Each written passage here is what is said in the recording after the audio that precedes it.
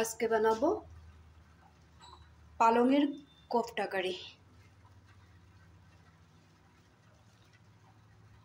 আবার জল গরম হয়ে গেছে। আমি 30 সেকেন্ডের মতো এই পালং শাকগুলো একটু গরম করে নেব। জাস্ট 30 সেকেন্ড, 1 মিনিটও করব না, কারণ অলরেডি আমি জলটা গরম করেই রেখেছিলাম, বেশি সময় লাগবে না। যদি আমি 1 মিনিটের মতো বয়েল করে দিলাম বা তার থেকেও বেশি বয়েল করে দিলাম, তাহলে কি হবে, পালং পাতার যে সবুজ একটা কালার আছে, এই কালারটা একদমই নষ্ট হয়ে যাবে।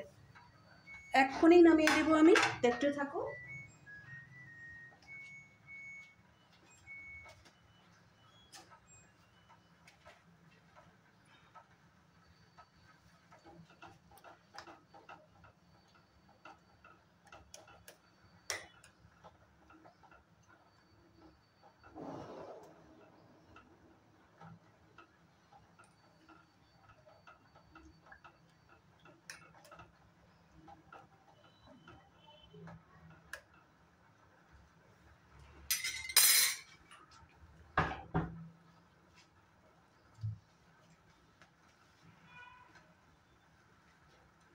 তিরিশ সেকেন্ড হয়ে গেছে।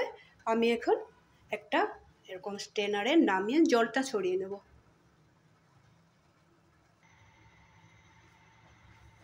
জলটা আমি সেকে নিয়েছি, আধাটা রেখে দিয়েছি।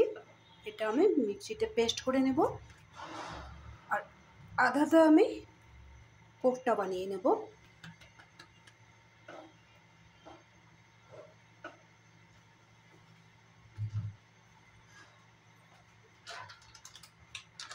কোফতাগুলো বানাবার জন্য প্রথমে আমি আমার হিসেব মতো আমি একটু বেসন নিয়ে নিলাম বাইন্ডিংয়ের জন্য।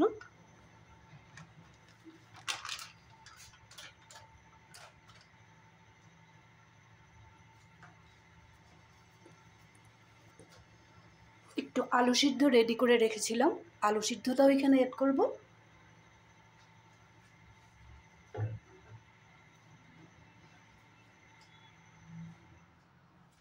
এখানে মাখার সময় একটু ধনেপাতা দিয়ে দেবো। একদম পাতলা করে কেটে রাখা একটু পেঁয়াজও দিয়ে দেব।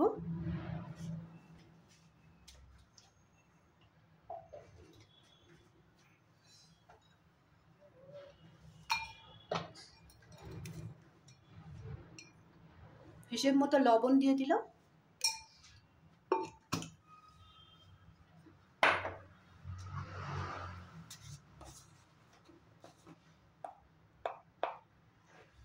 একটু হলদি পাউডার দিয়ে দিলাম।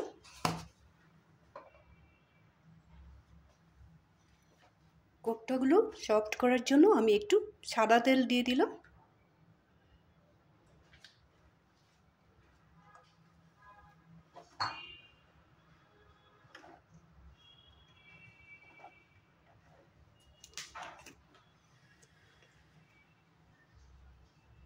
এখানে দিয়ে দিব একটু আদা পাউডার।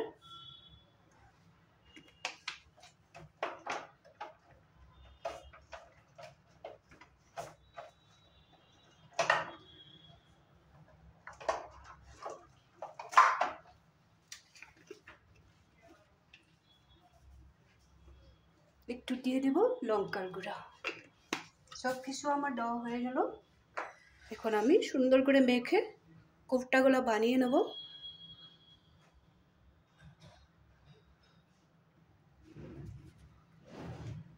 এই ধরনের ছোট ছোট করে, একদম ছোট ছোট করে বানাবে।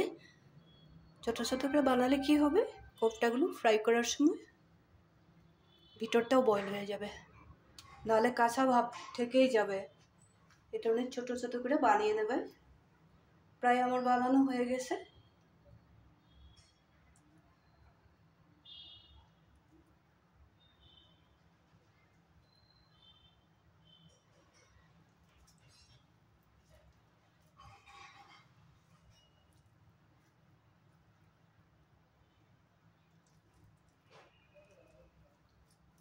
বেসন, পেঁয়াজ, কাঁচা লঙ্কা, আদা, রসুন সব কিছুই দেওয়া যায়। আমি রসুনটা বাদ দিয়েছি, রসুন দিয়ে নেই।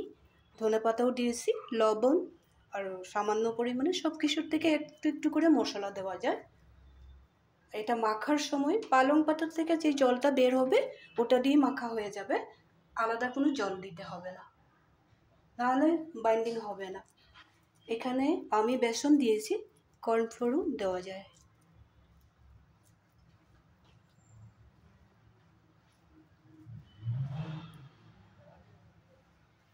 সবগুলো কোফটা আমার বানানো হয়ে গেল। এখন আমি একটা ফ্রাই প্যান বসিয়ে দেবো, দেখাচ্ছি তোমাদেরকে।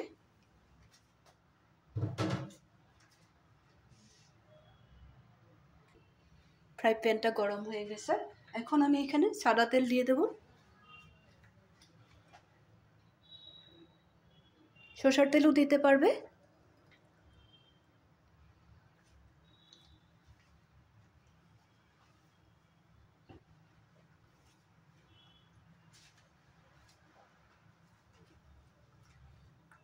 কোফটাগুলো কোট করার জন্য আমি একটু ময়দা নিয়ে নিয়েছি।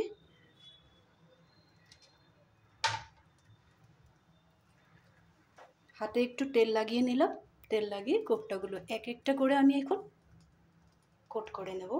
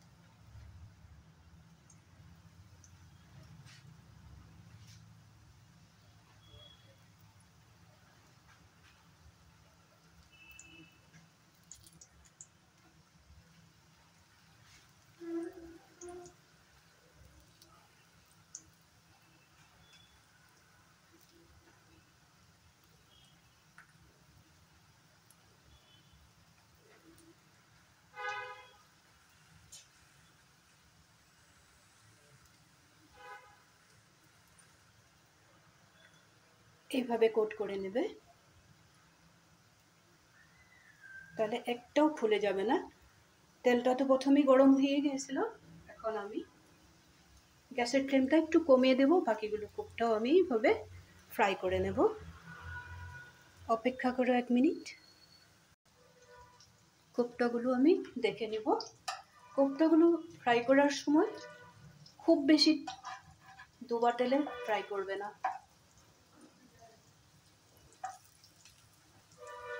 তাহলে পালং পাতার যে টেস্টিটা থাকে না, এই টেস্টিটা নষ্ট হয়ে যাবে।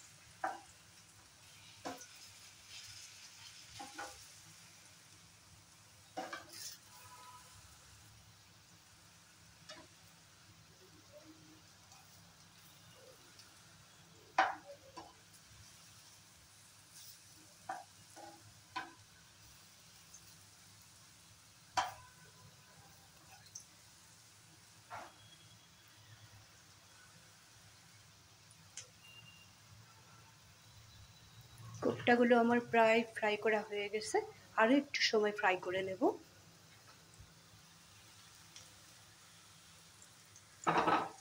একটাও ভেঙে যায় নাই।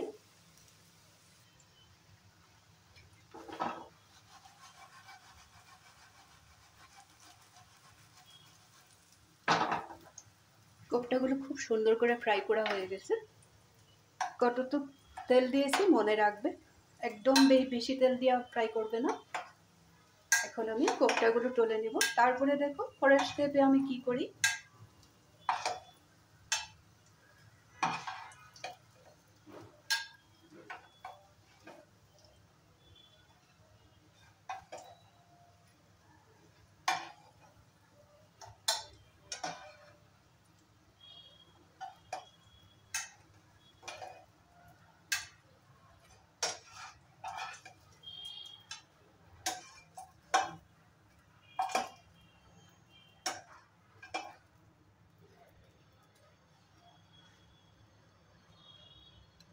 কোপ্তাগুলো রেডি করে নিলাম, এখন দেখাচ্ছি কি করব। প্যানটাও আমি বসিয়ে রেখেছি, গ্যাসের ফ্লেমটা একটু বাড়িয়ে দিলাম।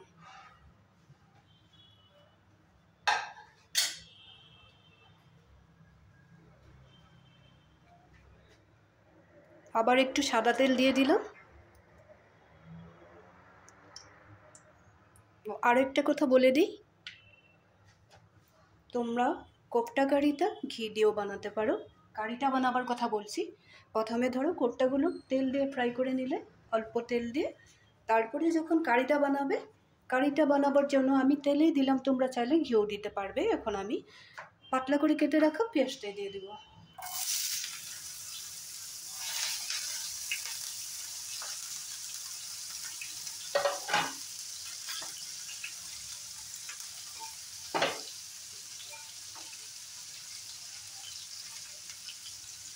হিসাব মতো লবণ দিয়ে দিলাম।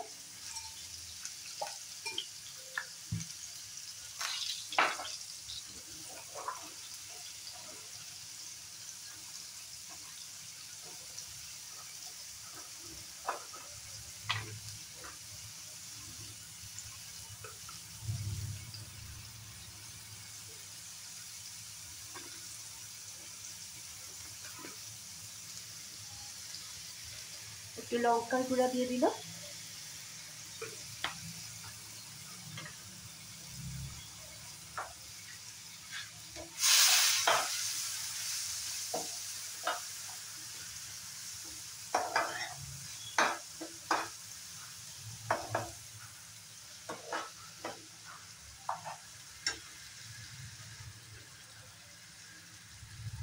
এখানে ছিল কাঁচা লঙ্কা, আদা, এটা আধা বাটা করে রেখে দিয়েছিলাম, এটাকেও দিয়ে দেবো এখন।